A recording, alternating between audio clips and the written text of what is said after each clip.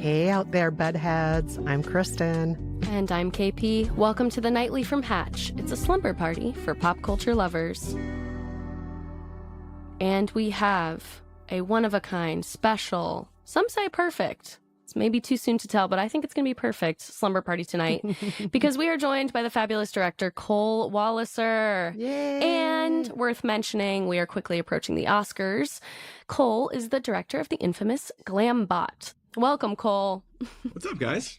Hi. Hey, we're so excited to have you here. Very Awards excited. season. You must be so busy right now. Filming all the celebs, making everybody look exciting and slow-mo and beautiful. It is a little hectic at the moment. Yeah. Yeah, this is it takes up my time, but I'm happy to spend my time doing it. So Now, Cole, you are a director. You've made music videos, commercials, and more, but you have gone viral for your Glambot videos and red carpets, which are these incredible slow-mo videos of celebs and their beautiful clothes, like throwing back a cape. And that's a motion that in real life takes 1 second, but in your videos, it's like stretched out to a beautiful minute where you see every sequin. And they're just addictive. These videos are so wonderful. My connection point is I used to do the social media for E, so I would get the behind the scenes Dropbox folders of all of the Glambots, and I do think many people don't know. There's a lot of people that get in on that. I saw some dogs. There was pugs one year. I saw some crew members, lovely crew members. So the Glambot is for all. It's not just the A-lists. it is indeed. I loved getting all in there and seeing everybody that was on the carpet that day. It was lovely. Cool. What is one of your favorite parts of doing Glambot? Ooh, one of my favorite parts of doing Glambot. I think that you always try to find like a little bit of magic every time, right? And you never know when it's going to hit. So even though, coming up on the Emmys this year, this will be my 10th Emmys. I started in 2016. And so 2026 will be like the 10-year anniversary of me at the Emmys. Wow. And so I've shot hundreds and hundreds, if not thousands of Glambots by now. But, my favorite part or the thing that just sort of excites me is you never know when a little bit of magic is going to click, and it might be like a big crazy move. It might be a subtle move. But even in a night, we're shooting 100+ Glambots, and a couple always just stand out, and it's always just like a fun surprise to see how they stand out and who it was and why. So that's a super exciting and one of my favorite parts about it. Fun. Who do you think has come to the Glambot the most? I know there's been some repeat offenders, of course, over the years, but who do you think has had the most Glambots done of them?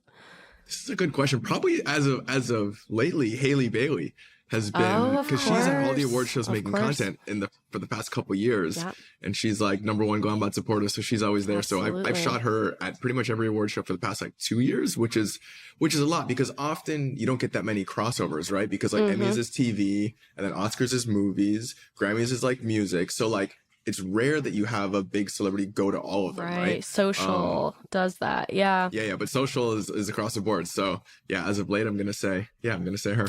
She crushes it too. She's had some very, very good ones. They're very, she knows her mark. Yes. Very cool.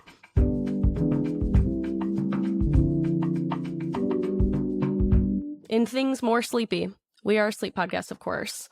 We have some tough questions, some invasive questions. The first one is, what is your sleep routine like? What does it feel like and look like when Cole goes to bed?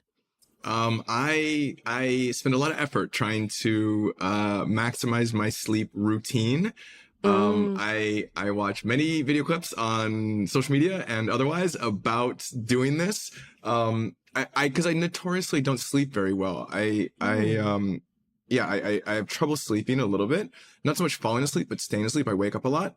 And so I've been trying to incorporate a more consistent nighttime routine with dim light. Dim lights make a huge difference for me. I actually realized this when I was camping. I would go camping, and then I'd be uncomfortable in a sleeping bag on the ground, and then sometimes maybe have some beers at night because we're camping. But I track my sleep a variety of wearables. And my sleep when I was camping was just through the roof. I'd sleep forever. I'd sleep so long, and I couldn't understand why. And then I realized it gets pitch black at 7:30, 8 p.m. and there's just no light anywhere. And that just made such a huge difference. So I tried to incorporate that at home. The camping sleep it really does hit. I mean, like, you are uncomfortable because you're ultimately on the dirt, usually. But I do agree that I feel like because I'm going to bed so early because it gets dark so early. I mean, sometimes it gets dark at 5. So you're like, okay, there's only so much we can talk about around the fire before it's time for bed. And then I do sleep like a log when I'm camping. There's something to it. I think our primordial selves come out. Yeah, I mean, clearly, you know what I mean? It's like we lived by that light pattern for, you know, thousands and thousands of years. And so it's in some sense, it's like surprising, like, oh, this makes a difference. But then if you think about it a little bit more in depth, you're like, oh yeah, this makes perfect sense. Like that I would be maximizing the way my body works when I operate in accordance to like how things always sort of have been, and no artificial like lighting, right? Yes, I do have to figure out my perfect lighting because I like when it's blackout for sure at night. But then if I wake up in the morning and it's still dark, I do get disoriented for the first like 20 minutes because I'm like, am I still in a cave? Help, help. So I do need to figure out something where it's like, and I think there's just a perfect example, which is a beautiful light wake up alarm from Hatch. But I'm like, I got to figure it all out because the light makes a huge difference. It's a big equation. I also love that you're a sleep nerd, Cole. This is perfect. This is really, I say this with love in my heart. Oh yeah, I definitely, it's definitely been a focus. Like the more we pay attention to just our overall health and well-being, it's like the number one thing always is sleep. It's like, it's before nutrition. Like obviously you need to eat, right? But if we're trying to maximize things, the thing that's really going to be beneficial is like sleep, right? So in some sense this should be, and also like I spend more time sleeping than I do almost anything else. You know what I mean? Like aside from like working, you know, sleep is kind of, I do that more than I go have fun, I think, right? I'm not having fun 8 hours a day. Yeah. So we should be having fun. I know we definitely should. I should try to like switch that around. Yes. But yeah, you know, so I've been trying to pay more attention and just be mindful about it. Well, we're going to have fun for the next bit of our day because we are moving into a game night if everybody's down. Yeah.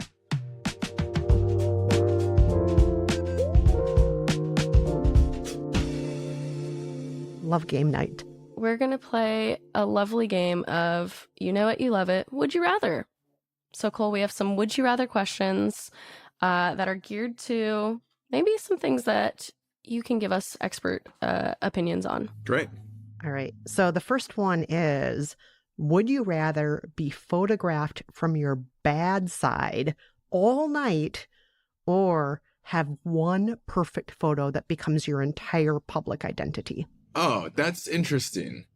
I mean, like, I've tried to not identify a bad side so I don't have to worry about it. You know what I mean? Yeah. The only drawback of having like one perfect photo is I think it's problematic when you then meet someone in person and you're like not quite as good as your photos. You know what I mean? Like that I think is a problem. So I don't want to be like perpetually in that state where like people see this one photo that's like absolutely perfect and then they meet me and they're like, nah, you're almost there. Why that was the one you picked. Yeah. So I'm going to say, I'll go with bad side because I just think that I don't even know what side that is. So just pick a side, film me all night, then we're fine. Oh, so you're lucky that you don't even know that you have a bad side. You have one, Kristen? This is what I was going to ask. Oh, yeah, I definitely have a bad side. Yeah, there's a side that photographers prefer to photograph me on. I've been told. They're like, we're going to set you at this angle. Wow. Yeah. Okay, I'm like you, Cole. I haven't identified mine. I'm sure I have one, but I am like, sometimes we all think too much about our visual appearances, and I can't do that one. That one I go, you're going to get the side I decide to sit on that day because I just can't take the time to analyze my face that much. I'll have a spiral. Yes. Some things like the idea that ignorance is bliss. Some things this really is beneficial. If it's not blatantly staring you in the face, then like try not to think about it and you'll probably be better off. Yeah. I know, because then it is like, I think of my mom when she would ever take photos, she would be like, okay, you have to stand in front and you have to stand to this side. You have to, okay, because you're going to cover up my arms. You're going to cover. And I was like, oh my goodness, now the photos become this whole, camouflage act. And I'm like, it's good to just meet everybody where you're at. That said, I do hate about 90% of my photos. So You just had such great headshots taken recently, though. Everyone should go to KP's Instagram and see those. They're beautiful. Thank you. I just got to reiterate, unlike you two, I do have a bad side, so I'm going to personally choose the one photo. Okay. Because Yeah, I'd rather just have one good photo than a million bad photos. I think it's my inner Barbara Walters. She would only be photographed from one side. All of her Barbara Walters interviews, she always sat on the same side. Her guests had to be on the other side, whether they liked it or not.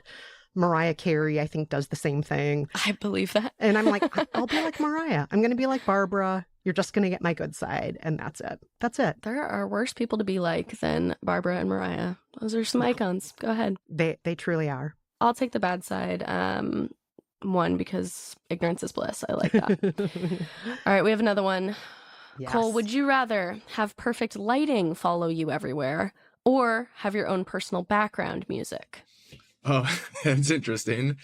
I mean, because of what I do, I know the value of like good lighting. And I think that like that's really tough to beat. It's hard to get good lighting anywhere. So I'm going to say, yeah, give me perfect lighting always and forever. That'll do it. Though having like entrance music everywhere would be also pretty awesome.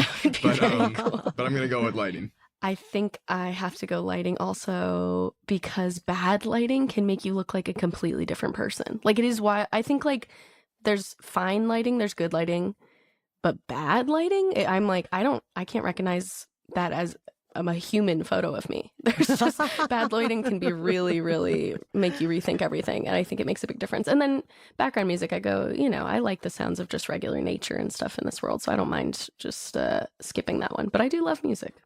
Kristen, what do you got?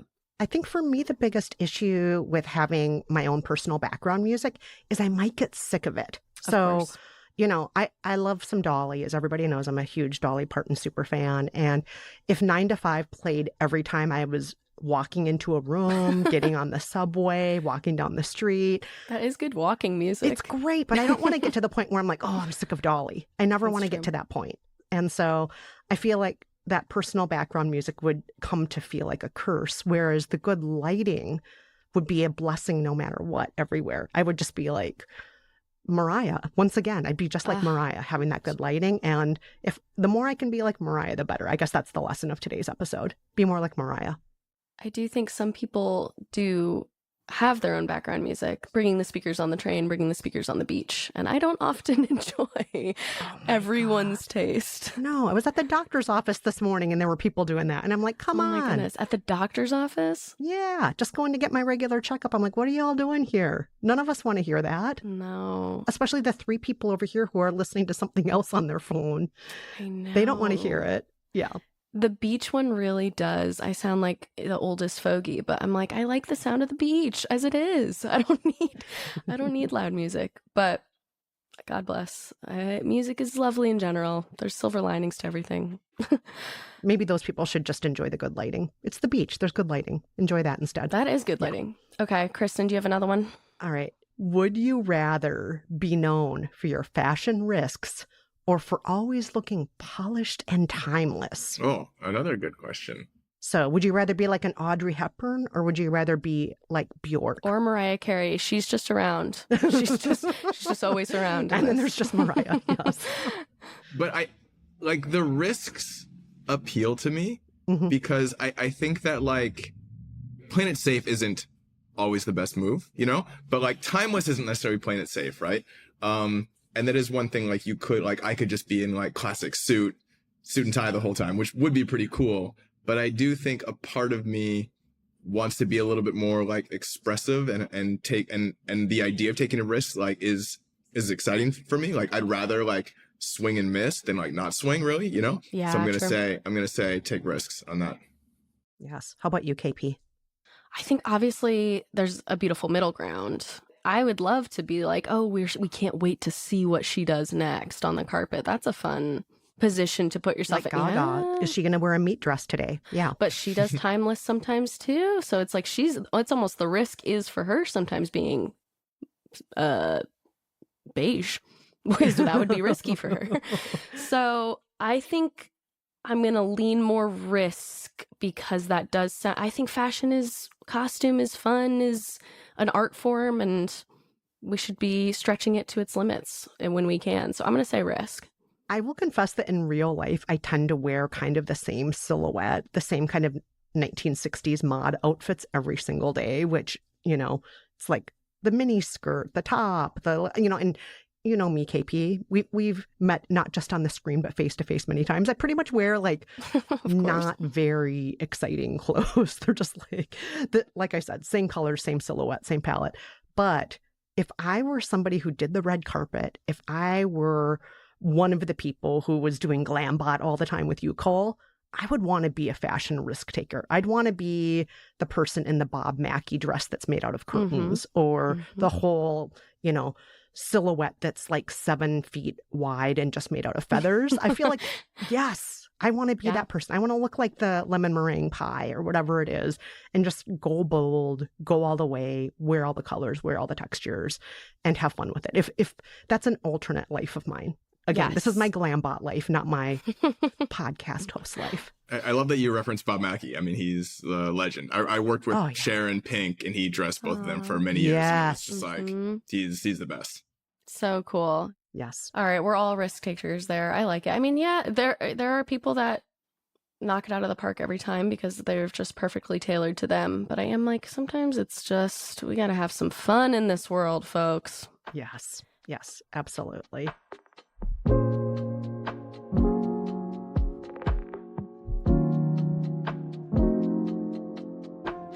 Well, that game night was so fun. But before we wrap, Cole, there are a couple of things we want to ask you. First and foremost, is there something that our listeners should be checking out because we know they want more of you? Ooh, I mean, I'm pretty active on all the social medias. Facebook, Instagram, Twitter, TikTok, all this stuff. Just my name is basically where you find me. I mean, the Glambots are a fun thing that I post a lot of content year round, but the awards season is just sort of coming to an end with the Oscars coming up. So it'll be nice to kind of chill out for a little second and go on my own kind of personal adventures. But then we're back to it in the fall. So yeah. Nice. And the second thing we want to ask you, is there somebody out there that you would like to say goodnight to? Somebody, something? We'd love to have our guests shout out a good night to somebody before they go. Ooh, I would love to say, let's see, who was friendly to me recently? I would love to say, here's who I want to say goodnight to. I want to say goodnight to all of like the PAs and security guards at the award shows. I was just at the Actors Awards, and these people are just working hard, and I think they don't get any recognition. And like they're there 6 a.m. till way after I leave. So I just hope that they have a wonderful good night and they sleep well and they're ready to tackle their day tomorrow. I love that good night because I used to work as a PA and it is thankless and no one pays attention. And sometimes people aren't very nice to the PAs either. Just people will complain to the PAs or dump on the PAs, but production assistants, none of these things would work. No live show, no videotape show, nothing would work without the production assistant. So, that's beautiful. I love that. And the security guards are often the first people you see. They set the vibe for the night. And I've met a lot of really friendly, funny ones. Yeah, absolutely. And they keep us safe. What's not to love? Well, thank you so much, Cole. This was very fun, very cool, very glamorous. I will talk to you next time. Good night, Cole, and good night, Kristen. Good night, Cole. Good night, KP.